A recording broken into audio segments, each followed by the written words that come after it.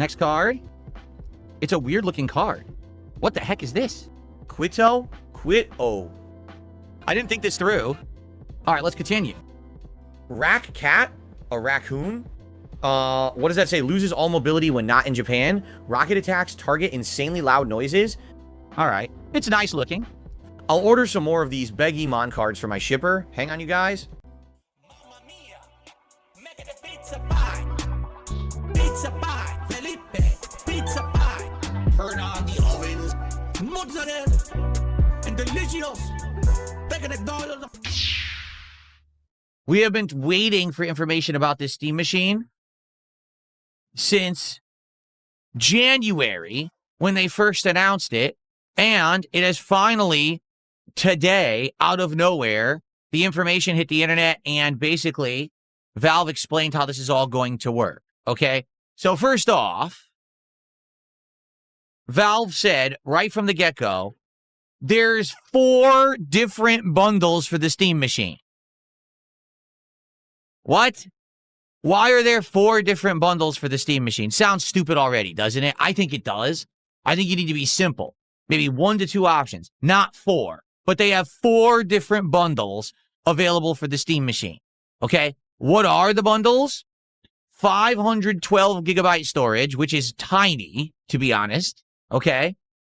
512 gigabyte storage with the Steam controller bundled with it, which is hilarious because the Steam controller is back-ordered until April of next year. So why do they have extras to put with the console? Isn't that stupid? Yes. There's enough consumer demand that people want the Steam controller by itself. Why did they save all these Steam controllers to sell as bundles with the console? Especially because, to be honest, most people probably won't use the Steam controller with Steam Machine. They're going to use keyboard and mouse. Whatever. Then they have a 2 terabyte version. That's much better for storage, to be honest. I think that's a lot more fair. And then there's a 2 terabyte also paired with the Steam controller. So, yeah, a lot of controllers apparently were hoarded to sell as bundles with the Steam machine.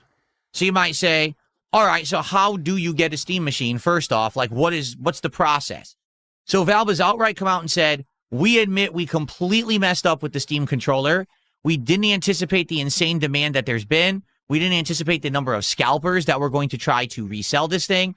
And so what we're going to do is something different. Rather than just going live and having everyone try to compete to get it and then have bots buy them all up, instead, we're going to do a randomized process. What you need to do is log into Steam right now, and you need to be on an account that has made a purchase before April 26th or something like that of this year.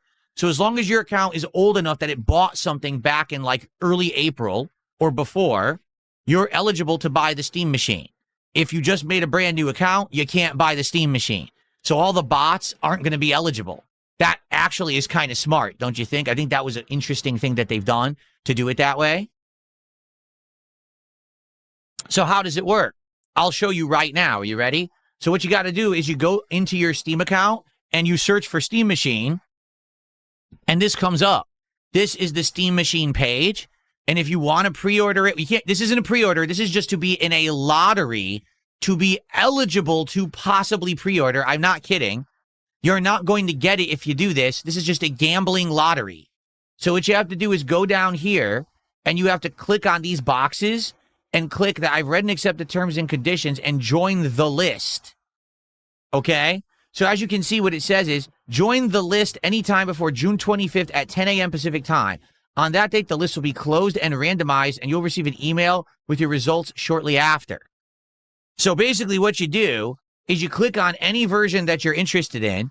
You say, I'm on the list. And then on June 25th, so in 3 days, that's going to be Thursday morning, they're going to randomize it. And they're going to send out emails if you were lucky and got randomly selected to buy a Steam machine. Now, as you can see, I already signed up for all 4. I don't want 4 Steam machines. I maybe want 1 for the sake of experimenting with it, for the streams, and for content. So this is the way to be eligible. You're not committed to buying the Steam machine if you sign up for all 4. Chances are, literally everyone is doing this. If you want a Steam machine, why wouldn't you click all 4? So you see how stupid it is that they have 4 bundles? It's incredibly dumb. because their whole process, again, is flawed. Everyone's going to click all 4. There's no commitment when you click it. You're not committing to pre-order. You're just saying, hey, put me in the lottery. Anyway, so here we are. Your games on the big screen, powerful PC gaming made easy in a small and tiny package. So that's how it looks. It's got a moving LED on the front. I'm assuming that's customizable, and you could probably make it do different kinds of animations and things like that. The idea is that the Steam Machine is meant to be a PC that you hook up to your TV, meaning it's a console, but it's not, because it is really a PC that's customizable and has things you can change about it, but it's plugged into your TV like a console, okay? So here's what it's got. Semi-custom AMD Zen 4 6C12T. A semi-custom AMD RDNA 3 28 CUS. A 16GB DDR5 and 8GB GDDR6 VRAM. 512GB SSD, unless, of course, you're selecting the 2TB version, in which case then they're showing you that you get more storage and they're adding a micro SD card slot. I don't know what you would do with a micro SD card slot. I mean, this thing has USB. Why not just use USB for storage? I don't know why you would want a micro SD, but they're adding that in there, okay? Wi-Fi 6E, Bluetooth 5.3, and gigabit Ethernet, integrated Steam controller wireless adapter, meaning if you have a Steam controller, it auto syncs with this thing, all right? You don't have to have the Steam adapter in. However, here's something funny about that. You need the adapter to charge the Steam controller. So what point is there to having an integrated adapter if you still have to plug in the Steam controller to charge it anyway? Doesn't seem well thought out, in my opinion. Small form factor. It's a approximately 6-inch cube. Wait, what? 6-inch cube? Are you guys aware? 6 inches is not very big. 6 inches is like this. So it's this big. It's tiny. It doesn't look tiny in the picture. Like, those are regular USB ports, right? It doesn't look that small. So it's kind of confusing. 6-inch cube is not, I mean, like, for example, right? Here is my selfie stick, and this here bottom portion is bigger than 6 inches. So you're saying it's going to be like this? Like a tiny cube? That's surprising to me. That sounds like it's going to be ultra compact, which is cool.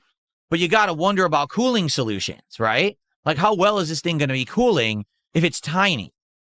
It's a little weird. I don't know.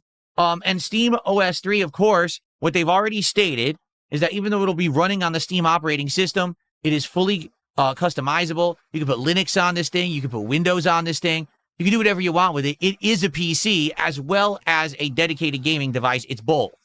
So you're not locked into only doing one thing or the other, okay? There you go, right? So your Steam library in more places with over 6 times the horsepower of Steam Deck. Steam Machine has the power to play your whole Steam library, even AAA titles. Core features that define the machine. Steam operating system optimized for gaming. The small form factor, smaller than a banana.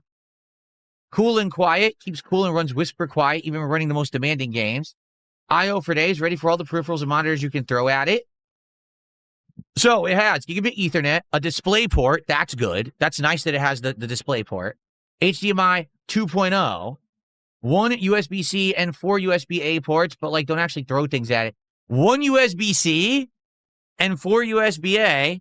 I think I would have liked, honestly, maybe some more USB-Cs these days. Everything uses USB-C. A lot of devices do.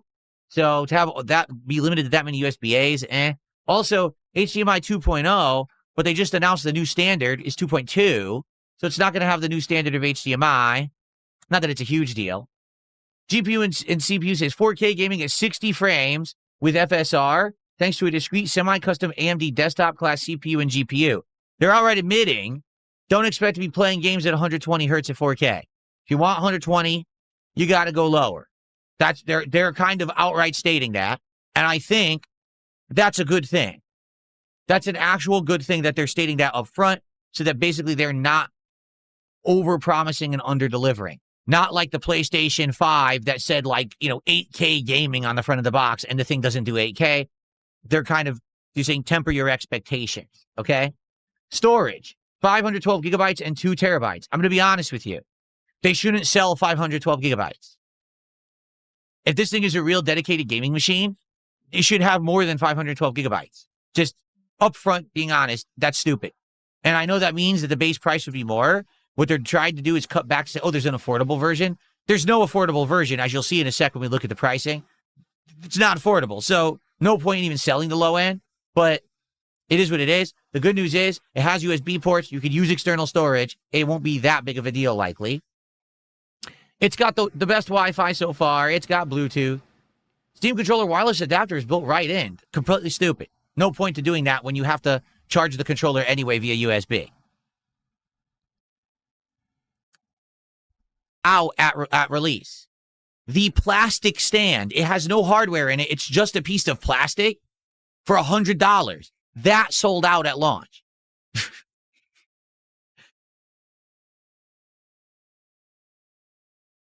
World Weather Authority says, even though custom PCs are expensive, I'd rather do that than buy this, that's for sure. Yeah, so let me give you some perspective here. My wife really would like a gaming PC. Hers is insanely outdated and doesn't even work anymore. She's been using my mini PC from years ago to do indie gaming for 2 years now. She wants a PC. And we've been considering what to do. And we've been looking around, and one of the options was to wait for the Steam machine announcement to see if this would be a viable thing, because she wants a PC to plug into a TV. She doesn't want to have a monitor set up. She wants to be sitting in the living room or sitting in our new room that we have across the hall and have it hooked up to a TV and playing it nicely and relaxing. She doesn't want it to be like a gaming PC where she's like me at a desk, okay? And we were waiting. To be honest, I don't think this is something that, honestly, she's going to be too interested in. It doesn't do the highest end stuff, and it's overly expensive. It's a nice form factor. I'll admit that. I think the form factor is very nice of it. It could be a nice thing to sit in an entertainment system or whatever, but outside of its looks, I'm not sure that it really gives you the functionality. I think she might enjoy a gaming PC that we could get her for say, I don't know, $1,500. That's going to have way more in it than this. It'll be more powerful, more storage, and it's going to look nicer too, because instead of a little box, it'll be nice with lights and shit on it, you know?